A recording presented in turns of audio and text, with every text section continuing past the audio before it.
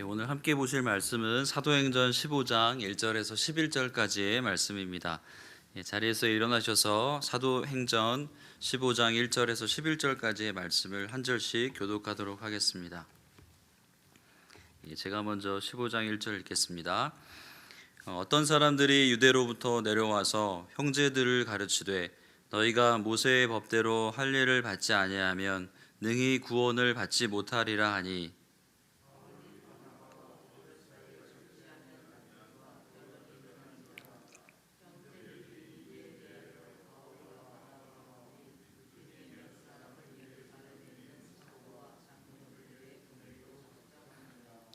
그들이 교회의 전송을 받고 베니게와 사마리아로 다니며 이방인들이 주께 돌아온 일을 말하여 형제들을 다 크게 기쁘게 하더라.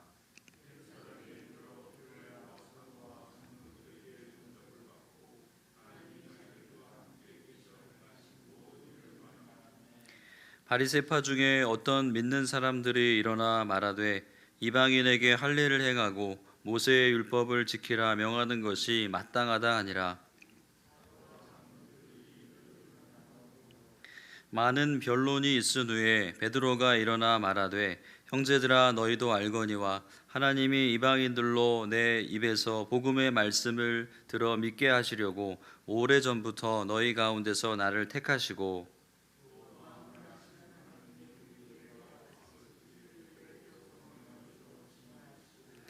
믿음으로 그들의 마음을 깨끗이 하사 그들이나 우리나 차별하지 아니하셨느니라.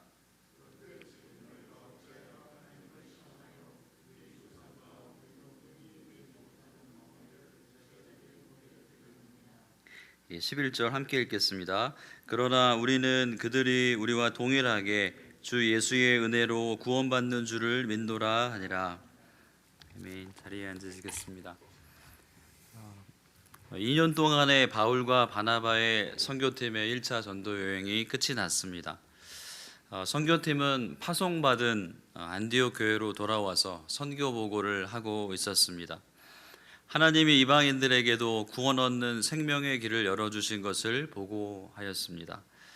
이런 와중에 몇몇 사람들이 유대로부터 안디옥으로 찾아왔습니다.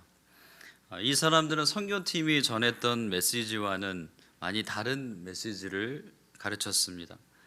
그들은 예수 그리스도로만 구원받는 것이 아니라 모세의 율법, 특별히 할례를 받지 않으면 구원이 완전하지 않다고 가르쳤습니다. 할례를 강조하는 사람들의 논리는 이방인들이 그리스도인이 되려면 유대교로 개종하고 유대인의 의식법도 따라야 한다는 것이었습니다. 유대교 율법은 기본적인 그 도덕적인 윤리 규정만 있는 것이 아닙니다. 할례도 있고 그 음식법, 코셔라는 음식법도 있었습니다. 그리고 외적인 정결함과 관련된 의식적인 측면의 율법들이 많았습니다. 이런 율법들이 예수님을 믿은 이방인들에게 문제가 되었습니다. 이 법들을 따라 살면 이방인 사회에서는 계속 살기가 사실상 불가능했습니다. 그런데 할례를 강조하는 사람들은 모세 율법을 필수로 지켜야 한다고 말한 것입니다. 할례파들은 구약 성경을 레퍼런스로 삼았습니다. 하나님의 백성에 속하기 위해서는 남자들은 난지 8일 만에 할례를 받아야 하는 전통이었습니다. 그래서 이방인들도 구원을 받으려면 할례를 받아야 할 뿐만 아니라 모세의 율법도 전부 지켜야 한다고 주장했습니다.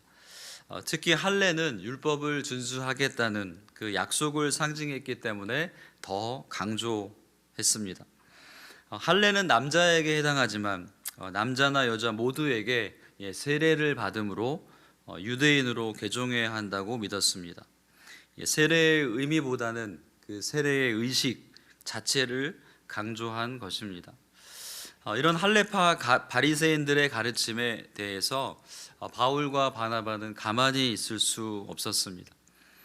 바울과 바나바는 이방인들을 주께로 돌아오게 하심을 목도한 사람으로 이미 성령을 받고 예수님을 믿은 사람들에게 그 구원이 완전치 않다고 하는 것은 대단히 잘못되었다고 생각했습니다. 그래서 그들과의 다툼과 논쟁은 불가피했습니다. 안디옥 교회는 초신자들이 많아서 이 문제를 자체적으로 해결하기보다는 공신력이 있는 예루살렘 공의회로 사람들을 보내서 해결하고자 했습니다. 안디옥 교회는 바울과 바나바뿐만이 아니라 신도들 가운데 몇 사람을 같이 보냈다고 기록되어 있습니다. 1차 선교 여행의 리더들인 이 바울과 바나바를 보내면서 예루살렘 공의회에서 이방인이 구원받는 조건에 대한 답을 얻기 위해서입니다. 이미 구원받은 이방인들도 유대교회 그리고 교회의 교인이 되기 위해서 할례를 받아야 하는지 안 받아도 되는지를 판결해 달라고 보냈습니다. 수리아 안디옥에서 예루살렘까지는 직선 거리로는 약 300마일쯤 되는 거리입니다. 약 480km 정도 떨어진 곳입니다.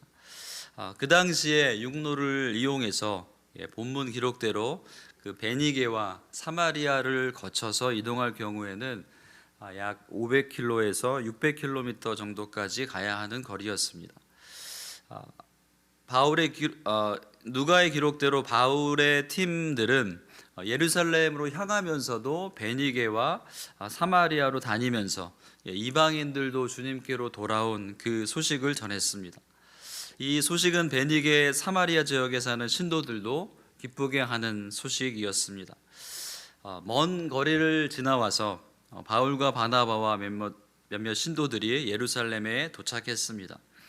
예루살렘 교회의 사도들과 장로님들 앞에서 이방인의 구원에 관한 그 이슈에 대해서 보고를 했습니다. 그런데 예루살렘에서도 동일한 이슈가 제기되었습니다. 바리새파 중에 믿는 사람이 이방인들도 할례를 행하고 모세의 율법을 지키도록 명하라고 주장한 것입니다. 사도들과 장로들 사이에서도 많은 논쟁이 있었습니다. 많은 논쟁 후에 이번에는 사도 베드로가 일어나서 말하기 시작합니다. 베드로는 바울과 선교팀의 메시지를 서포트하는 내용을 말했습니다. 그러면서 자신의 간증도 이야기합니다. 사도행전 10장에서 다루었던 그 백부장 고넬료에게 성령이 임한 사실을 아마 얘기했을 것입니다. 이 일은 예루살렘 공의회가 있기 벌써 10년 전에 일어났던 일입니다. 세 번역으로 8절과 9절을 읽어드리겠습니다. 그리고 사람의 마음속을 아시는 하나님께서는 우리에게 주신 것과 같이 그들에게도 성령을 주셔서 그들을 인정해 주셨습니다. 하나님께서는 그들의 믿음을 보셔서 그들의 마음을 깨끗하게 하시고 우리와 그들 사이에 아무런 차별을 두지 않으셨습니다. 베드로는 유대 법에 정결 예식이 있지만 자신도 그 정결 예식을 지키는 사람이었지만 환상을 통해서 깨달은 것이 있었습니다. 몸을 깨끗이 하는 것보다 마음을 깨끗이 하는 것이 더 중요하다, 먼저다라는 것을 이미 고넬료 사건을 통해서 경험했습니다.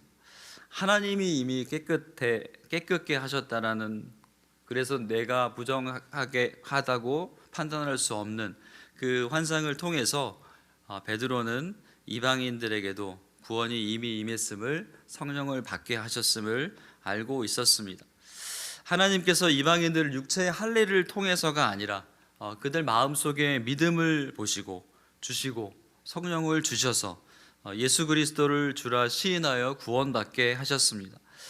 구원받는 데에 이방인과 우리들 사이에, 유대인들 사이에 아무런 차별이 없다고 사도 베드로가 얘기한 것입니다. 할례를 주장하는 이 바리새인들의 논리는 어떤 것입니까? 이것을 잘 설명해 주는 예화가 있습니다. 작년에 그 전교인 수양회에서 말씀 전해 주신 그 노진준 목사님의 예화를 소개합니다. 불치병의 남 환자가 시한부 인생을 살고 있었습니다. 그런데 신약을 과학자들이, 의사들이, 연구팀들이 개발을 했습니다. 그런데 아직 임상 실험이 끝나지 않았고, 그래서 어떤 부작용이 발생할지 아직 증명이 되지 않은 상태였습니다. 그렇지만 시한부 환자는 그 약을 먹기로 결심했습니다. 그리고 약의 효능을 믿었습니다. 그래서 약을 먹고 병이 다 나았고 그리고 계속 살 수 있게 됐습니다. 그런데 이 환자가 내가 약을 먹었기 때문에 산 것이다. 자신이 약을 먹은 그 행위를 그 자체를 자랑했습니다.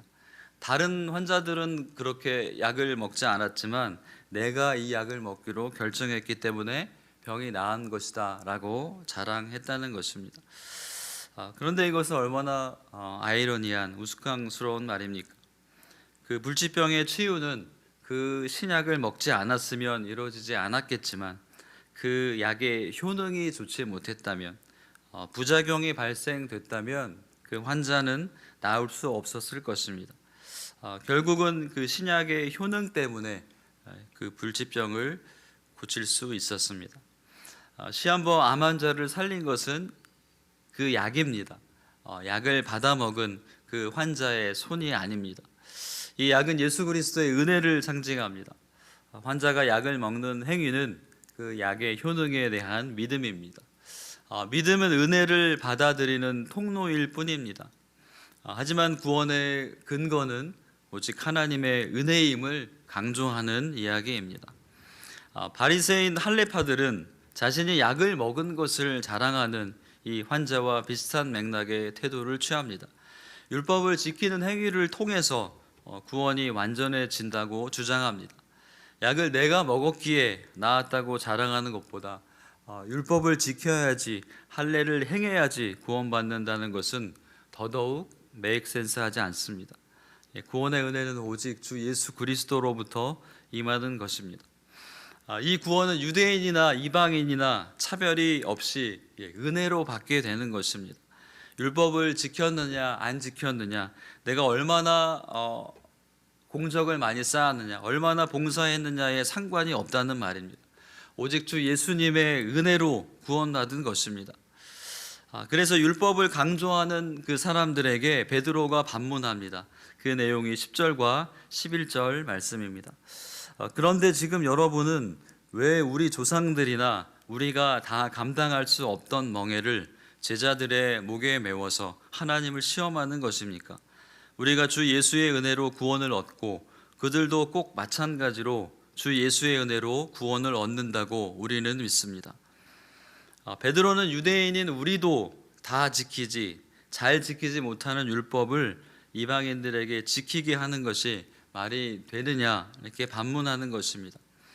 우리도 율법을 다 지킬 수 없어서 주 예수의 은혜로 구원을 얻은 것임을 강조합니다. 그리고 이방인들도 마찬가지로 오직 예수 그리스도 안에 있는 하나님의 은혜로 구원을 얻는다고 말합니다. 예수 그리스도를 통해서 그 구약의 율법을 지키라는 종의 멍에를 벗어버리게 되었습니다. 대신에 예수님이 함께 져 주시는 쉽고 가벼운 멍에를 질 것을 말씀하십니다.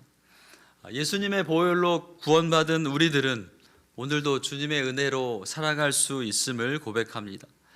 쉽고 가벼운 멍에를 지게 하시는, 이미 그 멍에를 함께 지고 가시는 예수님께 감사하며 살면 됩니다. 우리 인생의 여정 가운데서 주님이 기뻐하시는 선택을 하며 살아가시는 저와 여러분이 되시기를 간절히 소원합니다. 기도하겠습니다. 우리의 참 소망이 되시는 나의 주 하나님, 오늘도 이렇게 주님의 전에 나올 수 있게 해주심에 감사드립니다. 또 하나님의 말씀을 듣고 또 말씀으로 예수님을 조금이나마 알아갈 수 있게 해주셔서 감사합니다. 우리의 삶에서 절대 잊어서는 안 될 한 가지, 죄인인 우리는 오직 예수 그리스도의 보혈로 그 은혜로 구원받는 것임을 기억하게 하여 주시옵소서. 슬프던 우리의 마음이 위로받고 고난 우리의 영혼이 쉼을 얻게 하여 주시옵소서. 삶의 멍에가 누구에게 다 있지만 주님이 함께 져 주시기에 쉽고 가벼운 것임을 기억합니다. 주님이 늘 동행함으로 삶의 참 평안과 기쁨이 넘치게 하여 주시옵소서. 이 시간에 특별히 전쟁 지역에 있는 황규정 집사님을 위해서 특별히 기도드립니다. 하루속히 미국으로 가정으로 돌아올 수 있도록 길을 열어주시고 노심초사 기도하며 기다리는 가족들의 마음이 힘들지 않고 아프지 않도록 도와주시옵소서. 그리고 대표 기도해 주셨던 것처럼 우리 가운데 수많은 문제들이 있습니다. 하지만 그 문제들보다 더 크신 하나님을 바라볼 수 있는 믿음과 시선을 갖게 하시고, 그리고 하나님이 그도 응답을 하지 않으신 것처럼 왜 나에게만 이런 고통이 있느냐고 반문하며 기도하는 그런 마음이 있을지라도 이미 십자가를 통하여서 예수 그리스도를 통하여서 우리에게 영생을 주신 길이요 진리요 생명 되신 그 예수님이 이 땅에 오셔서 죽으시고 부활하셨음을 우리가 믿고 고백하게 하여 주시고, 또 부활절을 기대하고 부활절을 맞이하며 그 부활의 신앙으로 매일매일 살아갈 수 있는 우리가 될 수 있게 하여 주시옵소서. 주님께 감사드리고 이 모든 말씀을 참된 소망 되시는 예수님의 존귀한 이름으로 기도했습니다. 아멘.